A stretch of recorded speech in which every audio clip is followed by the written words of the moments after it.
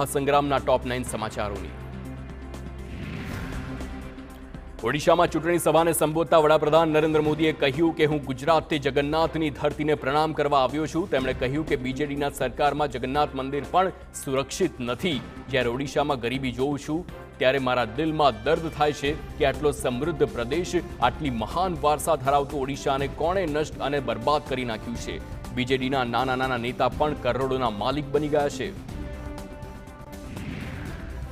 PM મોદીએ કહ્યું કે આ વખતની ચૂંટણીમાં ઓડિશાની જનતા નવો ઇતિહાસ રચશે। 25 વર્ષ બાદ ઓડિશામાં સત્તા પરિવર્તન જોવા મળશે। ઓડિશામાં 10 જૂને ભાજપનો પ્રથમ સીએમ શપથ લેશે। ભાજપ આગામી 25 વર્ષમાં ઓડિશાને વિકાસની નવી ઊંચાઈઓ પર લઈ જશે। કેટલાક લોકો કહેવા લાગ્યા છે કે અહીં ત્રિશંકુ વિધાનસભા બનશે। આ બિલકુલ ખોટું છે। ભાજપ અહીં પૂર્ણ બહુમત સાથે સરકાર બનાવવા જઈ રહી છે, તો બીજેડીના ભ્રષ્ટાચારથી અહીંના લોકો કંટાળી ગયા છે। પુરીમાં વડાપ્રધાન નરેન્દ્ર મોદીએ ભાજપ ઉમેદવાર સંબિત પાત્રાના સમર્થનમાં ભવ્ય રોડ શો યોજ્યો હતો। રોડ શોમાં પીએમ મોદી સાથે સંબિત પાત્રા પણ જોવા મળ્યા। પીએમ મોદીએ કહ્યું કે તમે અહીં ભાજપની સરકાર બનાવો। ભાજપ માત્ર ઓડિશાના પુત્ર કે પુત્રીને જ મુખ્યમંત્રી બનાવશે। ઓડિશામાં 10 જૂને ડબલ એન્જિન સરકારનો શપથ ગ્રહણ કાર્યક્રમ હશે, કારણ કે તે નિશ્ચિત છે કે બીજેડી સરકાર જશે।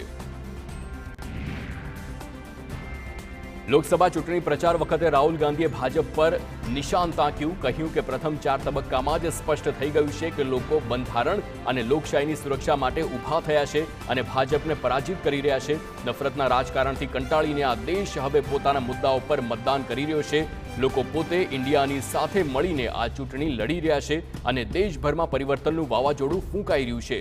મહિલાઓ આર્થિક નિર્ભરતા અને સુરક્ષા માટે તેમજ શ્રમિકો વાજબી વેતન માટે મતદાન કરી રહ્યા છે।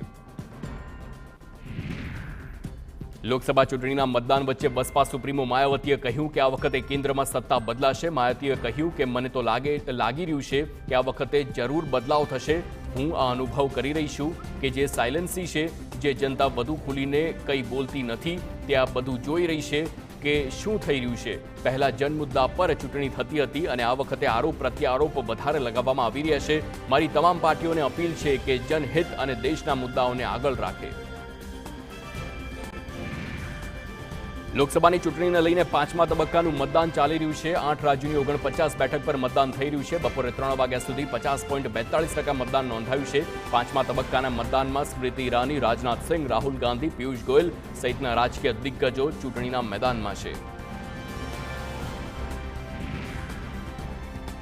પશ્ચિમ બંગાળની બેરકપુર સીટ પરથી ભાજપના ઉમેદવાર અર્જુન સિંઘે ટીએમસીના ઉમેદવાર પાર્થ ભૌમિક પર પૈસાની વહેંચણીનો આરોપ લગાવ્યો છે। તેમણે જણાવ્યું કે ચૂંટણી પંચને પણ ફરિયાદ કરી છે। ભાજપના ઉમેદવાર અર્જુન સિંઘ અને ટીએમસી સમર્થકો વચ્ચે ઘર્ષણ થયું તો છે। ઉત્તર પ્રદેશમાં મહોબામાં ડ્યુટી દરમિયાન સીઆરપીએફના એક જવાનનું મોત પણ નીપજ્યું છે।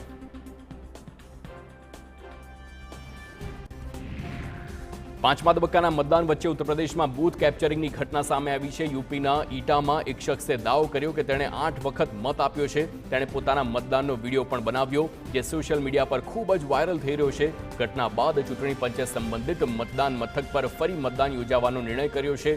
સાથે જ બૂથ કેપ્ચરિંગના આરોપસર શખ્સની ધરપકડ કરાઈ। તો અખિલેશ યાદવે કહ્યું કે ભાજપની બૂથ કમિટી ખરેખર તો લૂંટ કમિટી છે।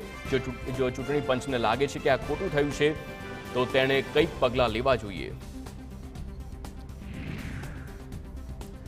લોકસભાની ચૂંટણીને લઈને 5મા તબક્કાનું મતદાન થઈ રહ્યું છે। ત્યારે મુંબઈમાં સામાન્ય જનતાની સાથે બોલિવૂડના ફિલ્મ સ્ટાર્સ પણ પોતાના મતાધિકારનો ઉપયોગ કરવા પહોંચ્યા હતા। અમિતાભ બચ્ચન, અક્ષય કુમાર સહિતના ફિલ્મ સ્ટાર્સે પણ મતદાન કર્યું છે। અભિનેતા રાજકુમાર રાવે પણ મુંબઈમાં મતદાન કર્યું છે અને કહ્યું કે આપણા દેશ પ્રત્યેની એક મોટી જવાબદારી છે, આપણે મતદાન કરવું જોઈએ। માસ્ટર બ્લાસ્ટર સચિન તેંડુલકરે પરિવાર સાથે મતદાન કર્યું।